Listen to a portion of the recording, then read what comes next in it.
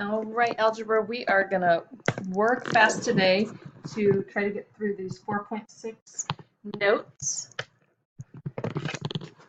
So there we go.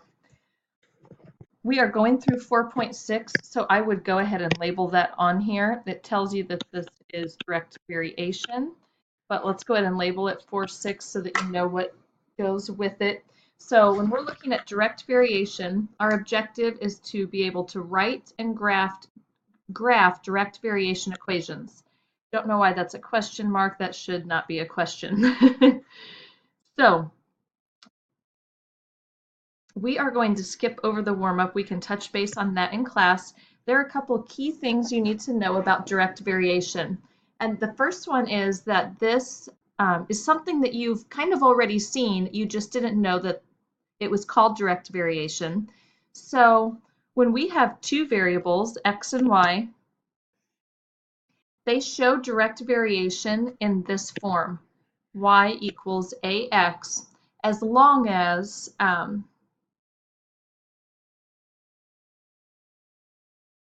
this should say a, sorry about that, this should say a does not equal 0. So the non-zero number a is our constant of variation. So this right here is our constant. And you are familiar with this constant being similar to the m. So when we have y equals mx plus b form, that's similar. However, you'll notice that we don't have a b. We don't have the plus b portion here.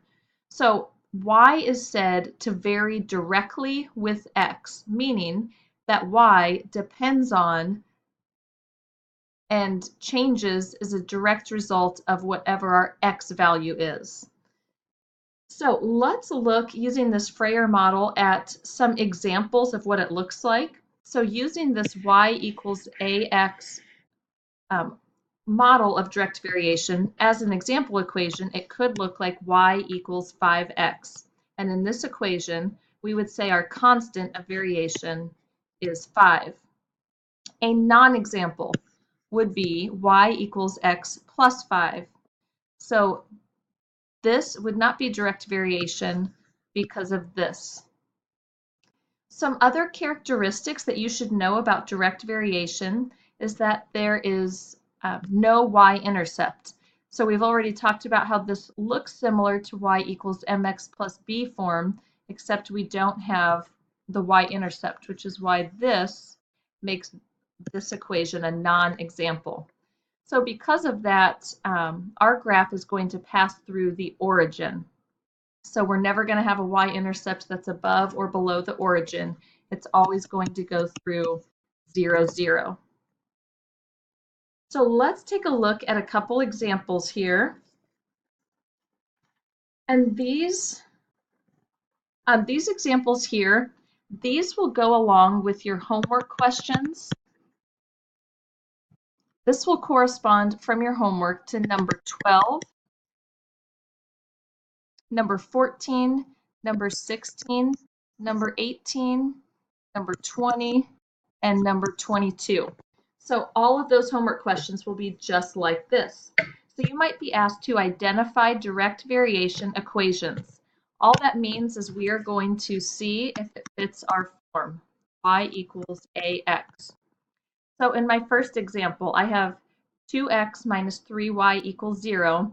This is standard form. So I'm going to rearrange this and solve it for y. So I'm going to start by subtracting 2x from both sides. And that gives me negative 3y equals negative 2x. Now to solve for y, I'm going to divide both sides by 3. So I end up with y equals 2/3 x, because my negative 2 and my negative 3 cancel. The signs cancel, so it becomes positive. So this is the equation I'm left with. So I check to see, does this have the y equals ax form? Yes, so this would be a direct variation equation. Let's check out letter B here. Again, I need to put it in the y equals ax form, so I can check to see that it fits. So I'll solve for y. So my first step is to add x to both sides. And that gives me a positive x and a positive 4. So I have y equals x plus 4. As I'm looking to see if this is the same form, I notice I have something that I don't need in direct variation, and that is this plus 4. So this would be no, this is not a direct variation equation. So your first 6 problems on your homework are that simple. Let's look at example 2. Sometimes we'll be asked to graph a direct variation equation. So for these, this would be on your homework. This would be like your homework question number 24. So here's how we'll do that. What we know about direct variation is that it has to go through the origin. So when I have to graph a direct variation equation, I'm going to start by first putting up my point on the origin. From there, I'm going to use my slope, which remember is always my coefficient of x, and I'm going to find my next point using rise over run.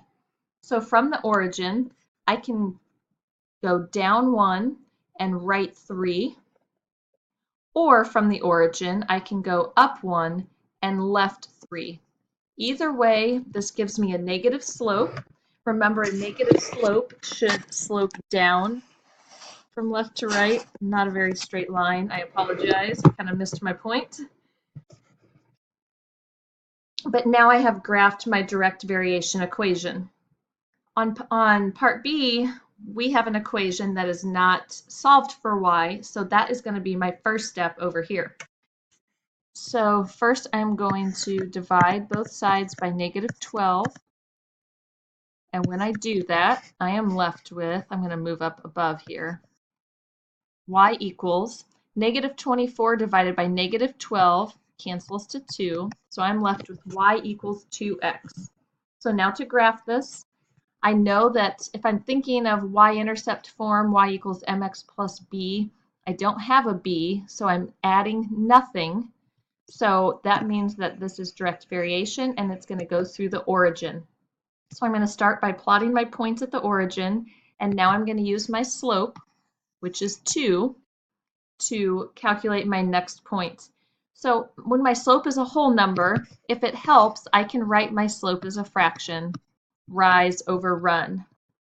So from the origin, I can rise 2 and run 1. Rise 2, run 1. Or I can start at the origin and I can go down 2, left 1, down 2, left 1, because a negative rise and a negative run cancels to a positive slope overall. And my graph looks right because a positive slope should go up from left to right, which this line does. So I know I'm probably on the right track. All right, let's check out example 3. And this, oh wait, I'm sorry. My page is different than yours. Example 4. Okay, so this time we're going to identify a direct variation equation from a table. So to do that, I need to decide if this table shows direct variation, and if it does, I'm going to write the equation. So to do this, I'm remembering from way back in chapter 1 when we have an XY table. If we were trying to write a rule for the function, we looked at the table and compared the ratio of y to x. So that's what I'm going to do here. I'm going to make a list of values from my table in comparing y to x. So I'm going to start with these points. So y to x be negative 10 over 4. Negative divided by negative is positive, and if I reduce this to lowest terms, it reduces to 5/2. So now let's check my next coordinates. Y to x would be negative 5, negative 2. When I simplify, negative divided by negative makes a positive, and 5/2 won't reduce any more unless I make it a mixed number.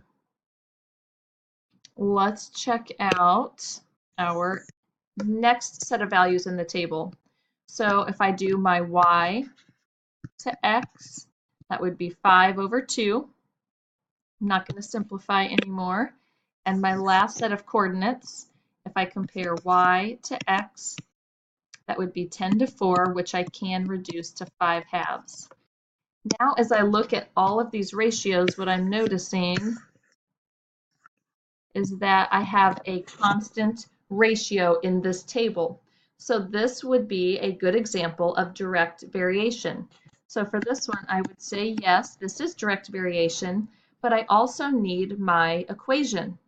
So this constant ratio of 5 halves that I just found, that's my constant. So if my formula for direct variation says y equals ax, then my constant is my a. So my equation is y equals 5 halves x. So let's look at another example, this time in an xy table that's listed vertically. So I can make my y to x column over here on the right-hand side. And as I list my ratio, I will compare y to x. So that would be 7 to 1. In my next row, I compare y to x. That's 11 to 3. Already I'm noticing what appears to not be common ratios. As I look in my third row, my y to x ratio would be 15 to 3, which I know reduced to 5. And finally, in my last row, y to x would be 45 to 20. So I could reduce this because both of these will divide by 5, but I know that I'm not getting a constant ratio. So because I have no constant ratio, this would not be direct variation.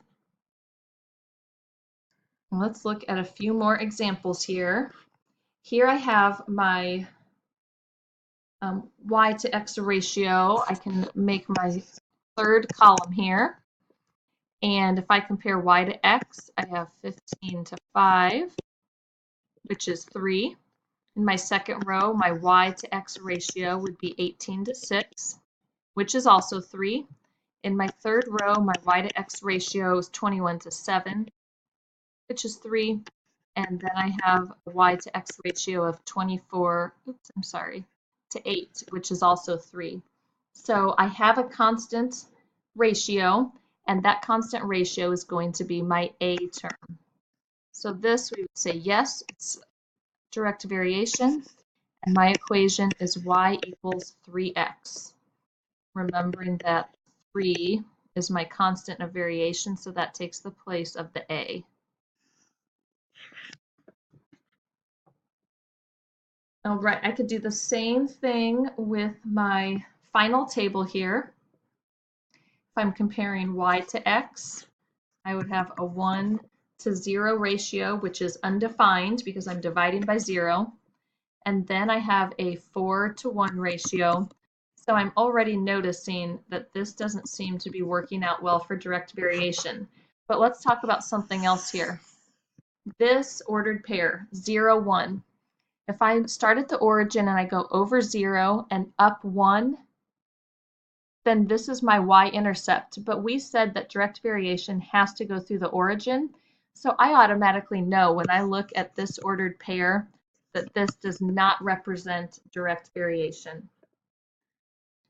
All right, let's look at example. Well, before we go on, I did tell you already. Those problems are similar to your homework question number 26. Okay, so let's stop there and then I will take you through the last example here. We'll just take another minute or two on our next video.